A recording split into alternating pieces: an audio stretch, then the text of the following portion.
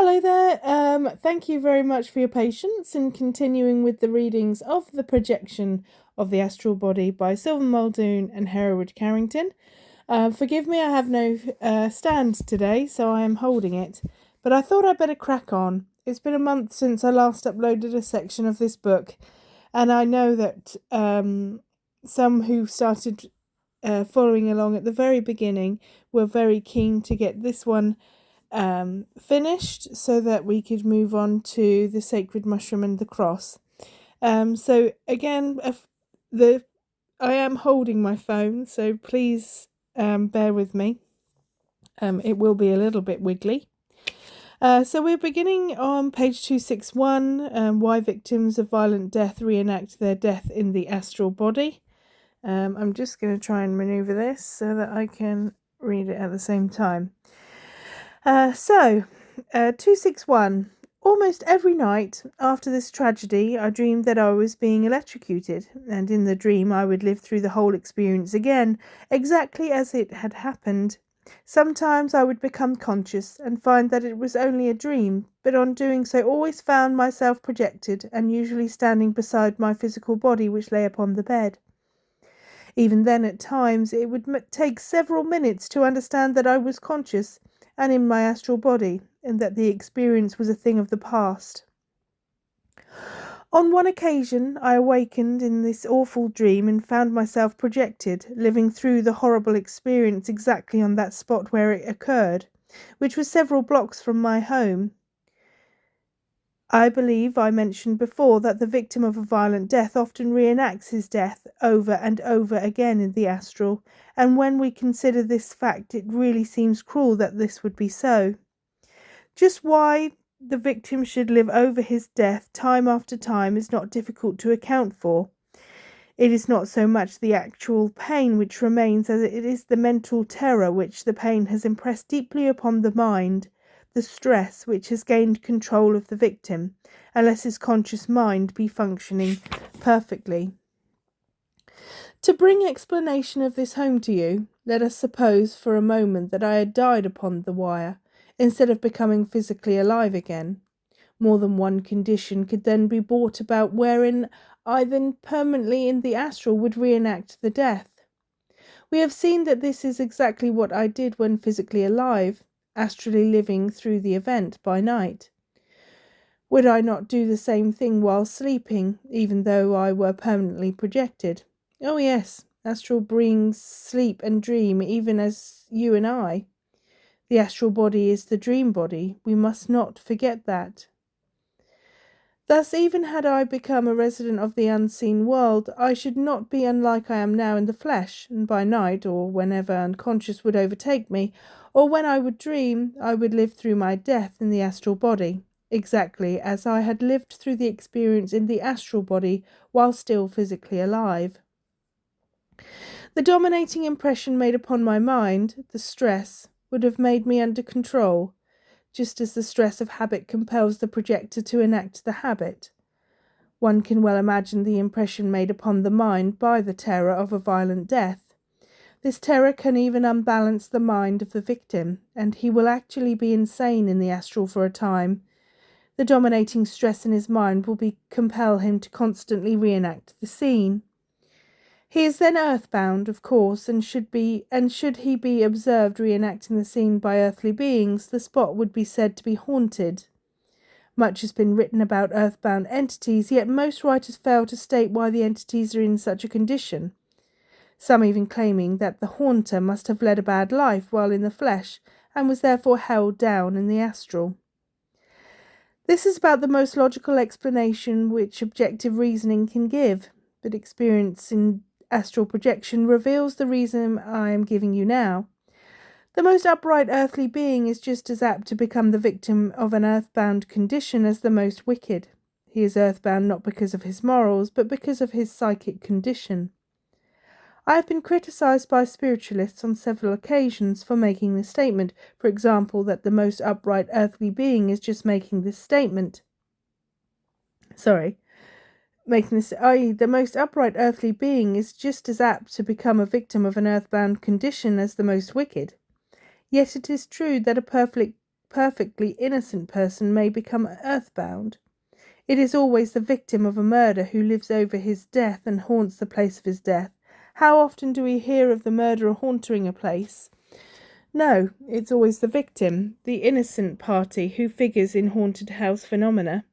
In fact, the whole foundation of modern spiritualism rests upon a haunted house phenomena.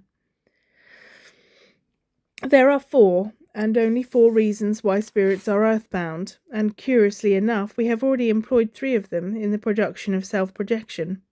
They are all conditions of the mind and its functioning, namely 1, desire, 2, habit, 3, dreams, and 4, insanity. It may appear unreasonable, especially to those who believe that an earthbound condition is only brought about by living a wicked earthly life, that revenge will cause an entity to be earthbound and will cause him to haunt a place or person, and that love will do the very same thing. A mother desperately longing to clasp her child once more to her breast will frequent a place for some time after death, will haunt it. In other words, the criminal desiring revenge will do the same thing. Both are under the influence of the stress in the mind, and will not do so while conscious. For example, when the crypto-conscious will pays attention to the stress and ignores the conscious suggestions, as it sometimes does, but will do so while unconscious or in a dream state. I know of a case in which a grandmother, who dearly loved her children, had died and haunted the place after her death for many months. Further, she had been insane for some time before her death. After many months of haunting, one member of the family got into communication with her and said, "Why do you keep prowling about here for you are annoying us?" To this the old lady replied in her German brogue, "I not know I bane here for good while. I come now east to see how my children are, then I go away again." The earthly communicator then instructed her, telling her that she could do little good, and that she must now throw her earthly desires and habits away. From that time on, the house was no longer haunted by the old lady's presence. This is a case of love, desire holding the entity back by its stress.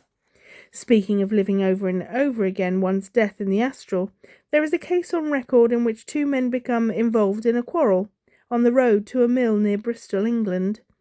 A desperate struggle ensued. They wrestled, rolled, beat and pounded each other until eventually one of them killed the other. For many months after that, at the same time each night, the time when the death actually occurred, the victim was repeatedly seen living through the quarrel and the death, just as I reenacted my electrocution, over and over again at night. He would fight, beat and tussle with his imaginary foe for some time, and then disappear.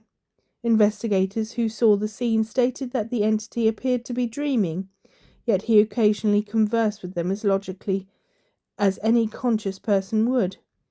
This is what baffles many experimenters, for they reason that because an earthbound entity is conscious enough to understand and talk, he cannot possibly be dreaming, but this is a big mistake.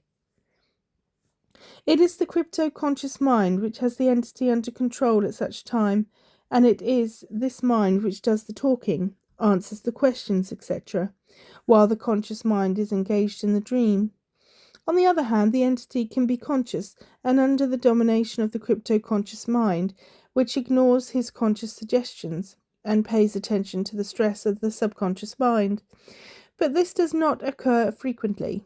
I have stated that the crypto-conscious mind always controls the subject, projector or spirit, when he is unconscious or in the dream consciousness, even though it may take suggestions from the dream consciousness. Wherever you have found an earthbound condition, you have a condition in which the subject's conscious mind is not functioning normally. For example, strongly enough, and the crypto-conscious will is controlling him. Perhaps you do not believe this. Very well, we do not have to go into the astral to prove it. I have stated that the only difference between astral somnambulism and the physical somnambulism is that, in the latter case, the physical body clings on to the astral, which is under the control of the subconscious will, the crypto-conscious will. Now, the next time you meet a sleepwalker who can talk to you logically in his somnambulism, speak to him, then wake him and ask him if he remembers what he said. He will say no practically every time, yet he talked logically and acted with instinctive precision. Instinct comes from the crypto-conscious mind. Hence, it was not his conscious mind to which you were talking to after all. Neither is it always the haunter's conscious mind which answers you.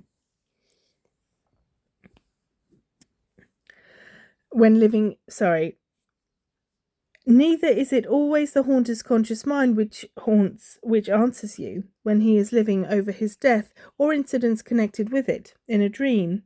It is the impression made, the stress put upon the mind by the terror of a violent death, which, coming to the surface when the conscious mind is off guard or not strong enough to control the stress, influences the crypto-conscious mind. Had I somnambulated physically in my dream and being electrocuted, I should have acted out the tragedy with my physical body clinging to the astral, just as I did in my astral body alone. It was a very common occurrence during the World War to see soldiers while dreaming jump from their beds and reenact terrors which they had met with, which had left deep stresses in their subconscious minds. No, we do not have to go into the unseen to prove why a projector or spirit haunts a place or why it lives over and over again in some tragic event. Janet has recorded many interesting cases of somnambulism, among them the case of Irene, aged 20, who for 60 nights had watched her mother, who was dying of tuberculosis. This case demonstrates very effectively the point which I have been trying to impress upon you. The case of Irene, page 265. After the mother's death, she tried to revive the corpse, to call life back again. Then, as she had the limbs upright, the body fell to the floor, and it took infinite exertion to lift it again onto the bed. You may picture for yourself all of the frightful scene. Some time after the funeral, curious and impressive symptoms began. It was one of the most splendid cases of somnambulism I ever saw. The crises last for hours, and they show a splendid dramatic performance, for no actors could rehearse these lugubrious scenes with such perfection. The young girl has the singular habit of acting again all the events that took place at her mother's death, without forgetting the least detail. Sometimes she only speaks, relating all that happened with great volubility, putting questions and answers in turn, or asking questions, and seeming to listen for the answer. Sometimes she only sees the light, looking with a frightened face and staring on the various scenes and acting according to what she sees. At other times she combines all hallucinations, words and acts, and seems to play a very singular drama, when, in her drama, death has taken place. She carries the same idea and makes ready for the suicide. She discusses it aloud, seems to speak with her mother to receive advice from her. She fancies she will try to be run over by a locomotive. That detail is also a recollection of a real event in her life. She fancies she is on the way and stretches herself out on the floor of the room, waiting for death, with mingled dread and impatience.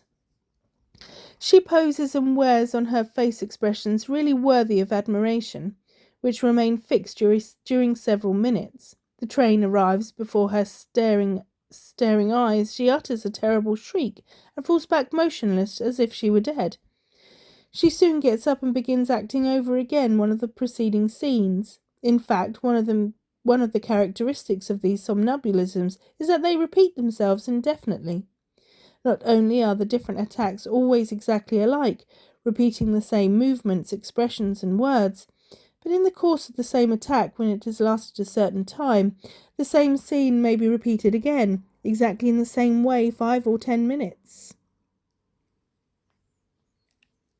At last the agitation seems to wear out.